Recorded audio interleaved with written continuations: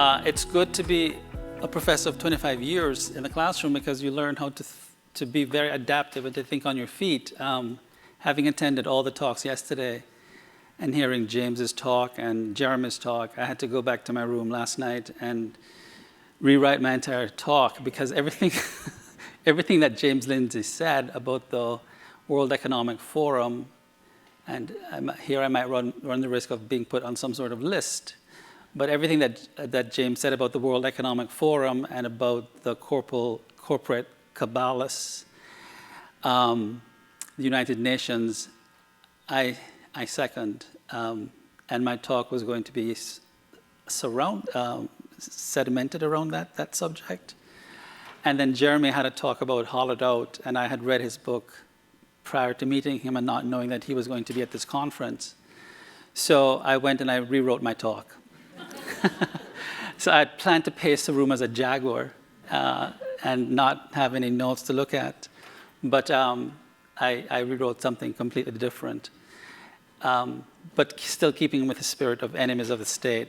So I always open my talks with an epigraph that I have written myself, which is, the barbarians are not at the gates, and the jungles are not approaching our cities. The barbarians are inside our city walls, and the jungles have become our cities. And the barbarians are dressed in suits and ties, skirts and blouses. They're well-heeled in stilettos that could hurt the pavements, actually, and well-coiffed with hairdos from the 60s, the 70s, the 80s, the 90s, and the 21st century. That is, enemies of the state, enemies of our great republic are among us. And they don't look like primordial savages. They look just like you and I. The question that I would like to pose today and the issue that I would like to raise is, James talked about quite eloquently the financial cartel and the ESG logic. We didn't talk about the open border globalists and the way in which they're complicit with, I would say, the quasi-genocide of our youth in the dying rates among their addiction to fentanyl, or not even addiction, just dying from taking of half of a pill. And we didn't talk about the climate catastrophists who are wreaking havoc with our way of life. But the question becomes, did that stuff that James talked about yesterday, the financial cartels and the Great Reset, did all of that stuff bring about the kind of cultural maladies that we're facing today? Or did all of that stuff exploit a cultural rot that had already pre-existed? And that's what I'd like to talk about. Which came first? A kind of moral and cultural and spiritual bankruptcy that was exploited? Or did the Great Reset bring about the problems that we're facing today? So I hope that my talk will not be an indulgence in journalistic minutiae. We heard yesterday a lot of stuff about gender dysphoria and the increasing rates of people who are committing themselves to all kinds of mutations of the body and a lot of problems. So I don't want this talk to be a repeat of any kind of journalistic minutiae, because that would commit me to becoming a statistician of gutter trivia, which I don't want to become. But our presence here attests to the fact that our educational institutions have become cults, that our universities and our K-12 systems are indoctrination centers, and the very means of criticizing what's being taught in our universities and our K-12, reason, logic, the criteria for adjudicating truth claims, are themselves criminalized and made outlaws, because today, if you use reason and logic to adjudicate among truth claims, you are told that these are the imperial constructs of white racist Europeans. So the very things that make us human or rational faculty, I think I used to be an atheist, but I'm not anymore. I had a conversion experience. And I think that reason is the highest attribute of God, which he imbues us with. If you use the thing that makes us distinctly human, which is our rational faculty, our lives are enriched by faith, but we have to be guided by reason. The thing that makes us human is reason and the method of logic to adjudicate among computing truth claims. That's the faculty that we all share together. If that itself is being criminalized as a racist construct, there is no lower hell to descend to in terms of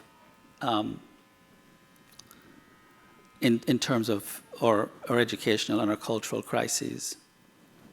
So we live in an age of what I call Americophobia, in which our young people are not being taught to think, but they're fed a very steady diet of hatred of our great republic. Now, I've written in several books that I think America is the greatest unprecedented phenomenon in this country, in the world actually, for various reasons. When you look out at the history of civilizations, when you look out at how civilizations have formed, this is the first consciously formed moral country, republic on the face of the earth. That it was a country that was formed consciously by ideas that sought, not initially, but eventually, to bring people from all parts of the world today, regardless of lineage. It wasn't always this way, but regardless of lineage, regardless of blood. We have something called civic nationalism, in which our identities are forged in the crucibles of certain political ideals and ideas that form the republic. This is unprecedented. But we have a set of educators who are profoundly committed to changing the political DNA of this country. In K through 12, and I inherit these students, not just in my classroom, but when I give talks all across the country as part of my second career, who are committed with full forethought of malice to change the political DNA in this country, to bring about a socialist regime. When I ask my students in my class, what is it that you want to do, especially in my honors class, before I was kicked out, booted from the honors program, for reasons I'll tell you a little bit later.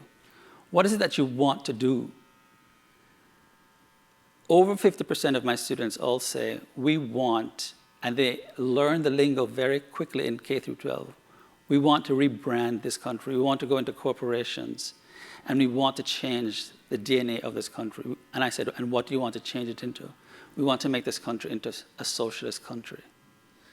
Now, by my understanding, socialism, and I'm writing a paper on this, socialism ought to be classified as a hate crime, not because of the egregious crimes associated with it, but because of what socialism actually does. It results in a nationalization of the mind, of people's brain. You're not just nationalizing private property and expropriating people's wealth, because wealth is nothing but the material application of the mind.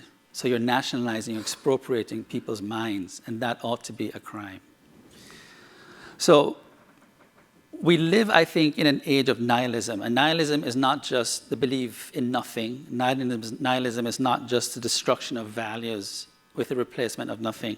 Nihilism is also the destruction of values because they are values and because they are good. And what we see happening in K through 12 and in the American universities is a destruction of American values or foundational principles because they are good, for no other reason than because America is a good country and because those Enlightenment, rational, foundational values that have given our republic its identity are good ones. They're ones that people pin their aspirational identities on. They're ones that people, immigrants, no Americans, such as myself, have pinned their aspirational identities on. And this is the telos of or educators in K through 12. If I had to pin it down to one goal, I would say it is the destruction of the idea of love for one's country. It is not the destruction of the idea of American exceptionalism, which I think reasonably could be debated. I'd like to debate people on American exceptionalism. That's open for debate. But it is a destruction of the idea of love, rational, patriotic love for one's country, because at bottom it is a good country, and one can demonstrably show why it is a good country. And the reason that K through 12 educators and college professors can get away with this is because children are morally numbed. And they are numbed because parents have outsourced their children morally to K through 12 educators. They have outsourced their moral responsibilities to educators. And while they were pursuing the American dream, something that I have pursued myself and something which I defend and uphold, while they were pursuing the American dream, there were also many of them pursuing a sort of crass materialism, and the American children got lost in that process. There's nothing wrong with America and the American dream go hand in hand. The American dream is a constitutive part of what it means, I think, to be an American. But when you outsource your children in the process of pursuing the American dream, and when in outsourcing your children to educators, you renege on your moral responsibilities, you renege on the primary socialization of your children. Jeremy yesterday talked about parents sitting down at the TV with their dinners and their children going off into their separate bedrooms to have their dinners. This is part of the problem of the disintegration of the family. The family has been diminished. It's been lowered in prestige value. It's been desacralized. And it's been not just desacralized, but the participants who are ensconced in the family themselves have failed to add value to it by not participating in the roles and the rituals that heretofore had given the family, its high prestige value.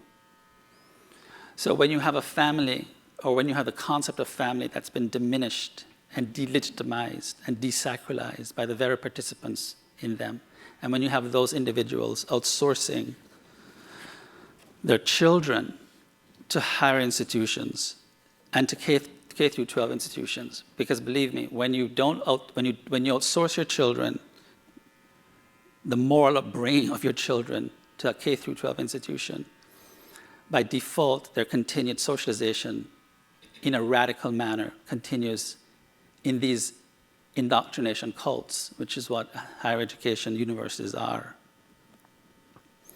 We can do all sorts of things. We can call for defunding the universities, as I have been for about 7 years. I think the universities should be defunded. There's no reason why taxpayers should be paying for professors who brainwash their students into not just hating America, but rebranding this country by a Marxist ideology. We can call for alumni donors to affix conditionals to their donations, saying that if I'm giving $30 million or even a $20 small donation to a university, that I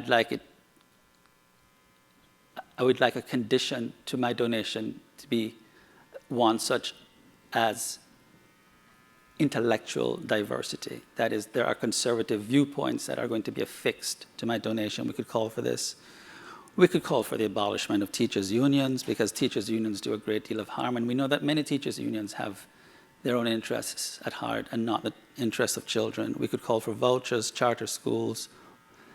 We could call for more homeschooling and the abolition of taxation on the part of income that one could use to send one's child to a school that is not woke. And we could call for, I think, patriotic education in K through 12 education. But these all evade a rot that is at the heart of our American civilization, a civilization that I actually love more than my own country. And it is that our liberal society is morally, spiritually bankrupt. It is morally and spiritually destitute. Our secular and religious institutions have taken the role of traditional institutions in our lives.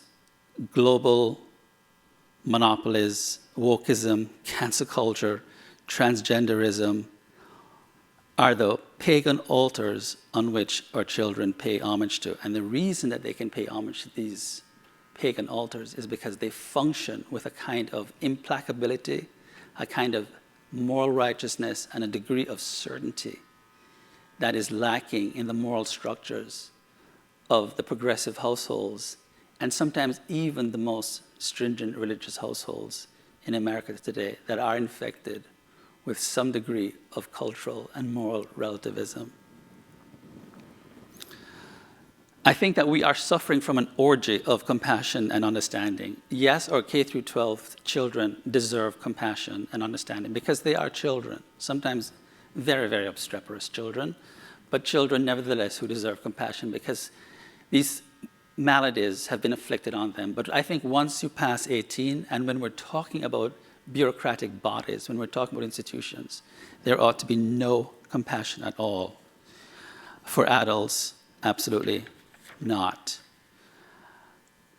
So when a student or when institutions commit libel in this country by way of students who they use as pawn, and I'll give you one example. So there was a student in I did a talk in Illinois recently, maybe a year ago, and there was a student who said, she prefaced my talk by saying, we can have no ethical discussion, Dr. Hill, because your talk presupposes that ethics, well, she says, I'm presupposing that any ethical discussion will account for location. I said, go on. And she said, your talk is taking place on stolen land.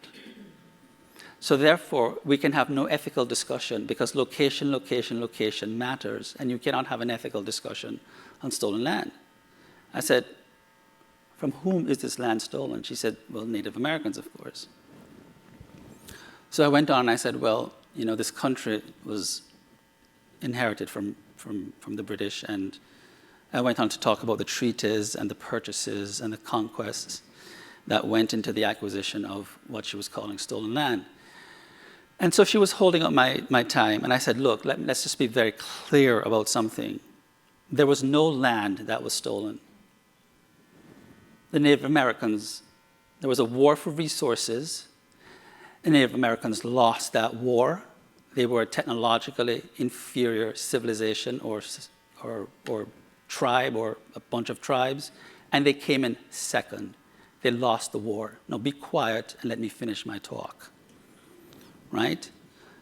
And I said, prior to the Indian Citizenship Act of 1924, Native Americans were refugees living on conquered American soil. That's the way you get people to shut up. It's by speaking the truth.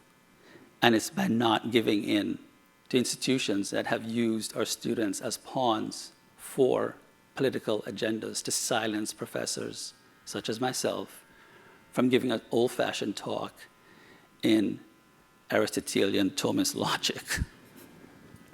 So when we listen to these trans lies, when we listen to people who try to expropriate the agency of black people, we have got to realize that there is one word, I think, that is missing. We must recognize that against the backdrop of all that has been said yesterday, against the backdrop of what you're witnessing your children going through in these horrific diagnoses that were made yesterday, in what you're seeing your children learning in school, one crucial thread that has been running through every institution in our culture, every vector of our society, plotting the minds of the barbarians, one poison lace thread that has not been named is evil. Evil. Now, evil is a word that liberals and the left doesn't like to use, and evil is a word that conservatives are afraid of using. But I have to differ with some of my colleagues yesterday who said that our educators have the best interest of our children at heart and that they mean well. No, they don't.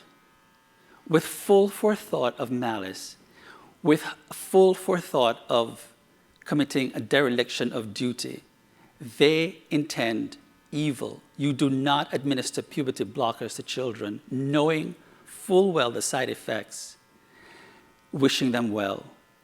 You do not encourage 15-year-old girls to undergo a mastectomy, full mastectomy, wishing them well.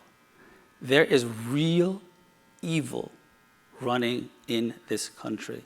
You do not wish to change the political DNA of our modified capitalist structured economy and usher in something so evil as socialism without yourself intending evil and without yourself being evil. There are evil people in this country, and there is a lot of evil in our institutions.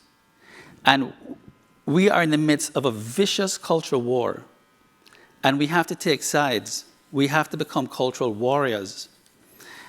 And in becoming a cultural warrior, we have to strategically assign ourselves on one side, good or evil.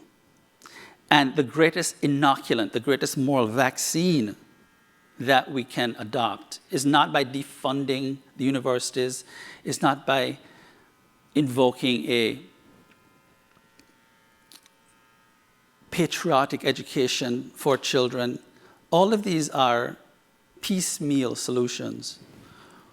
We have to fight evil and these evil people by becoming warriors for goodness, by cultivating goodness in ourselves, and we do that by becoming morally ambitious people.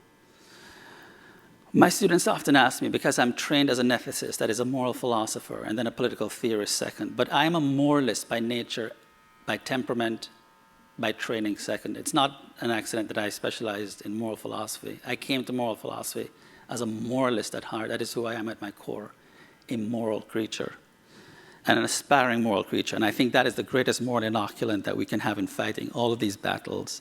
Bad things happen to good people. My students ask me, why do bad things happen to good people? I say, well, bad things happen to good people, and good things happen to good people, and good things happen to bad people. Bad things happen to good people because that's the nature of reality. Suffering is built into the nature of reality. And bad things will happen to you if you're a good person. But your moral goodness is the only source from which you will heal from the bad things that will inevitably happen to you. No one has ever healed from pain or suffering, from character rot, from the evil within them. And so we must be willing to risk, we must become morally ambitious and cultivate the moral goodness within our souls and recruit through our moral agency others into an army of moral warriors. And we have to be willing to risk something. I have 4 lawsuits against my university. I have been censured. I have had boycotts led against my class where before my classes would have 80 students between 2 classes, and I've struggled to have 4 classes between two students or 4 students between 2 classes. I have been censured informally for saying things like biological males, that men cannot give birth to children, simple things like that. I have lost over 30 friends for writing articles in defense of Israel, for being pro-Israel, and for being pro-Jewish civilization. So you have to be willing to risk a friend or 2 or 50. You have to, like James, risk having your Twitter account being shut down. You have to have battle scars and to risk bearing the battle scars. And your ruling mantra, I think, must be no mercy. There will be no mercy when you fight these evildoers. So it's a hard battle to fight, ultimately, in becoming a moral warrior, and the responsibility that one undertakes in becoming a moral warrior is a hard one, because accountability starts with the self, and it's very, very easy to say that the solution, the panacea, the grand elixir lies in some sort of external phenomenon outside of one's own agency. Ian talked about agency yesterday. But I fervently believe that to fight the spiritual rot that is the heart of our cultural epicenter, that we have to first begin a self-diagnosis. And whether or not you are a believer, or you have to strategically become something of a believer. That is, even if you're an atheist, you have to realize that our country was founded on Judeo-Christian principles. And that the other,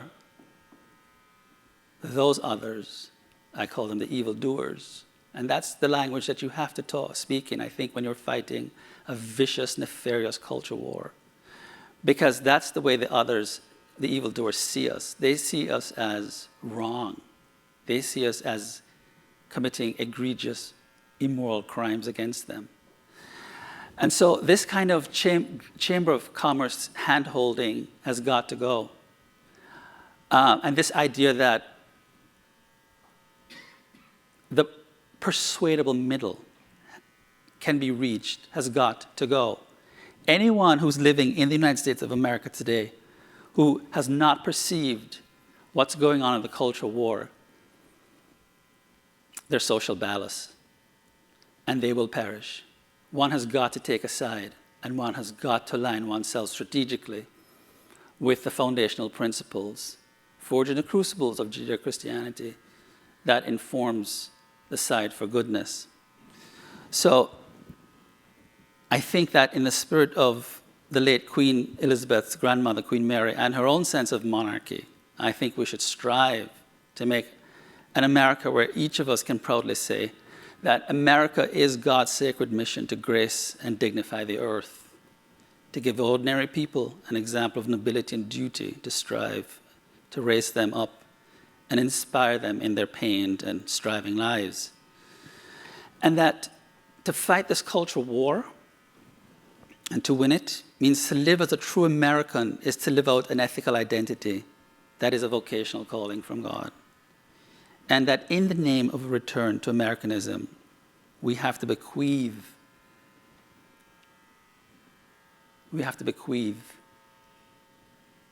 that ideal that I just mentioned to our children and to future generations, and to leave them a lasting and enduring legacy.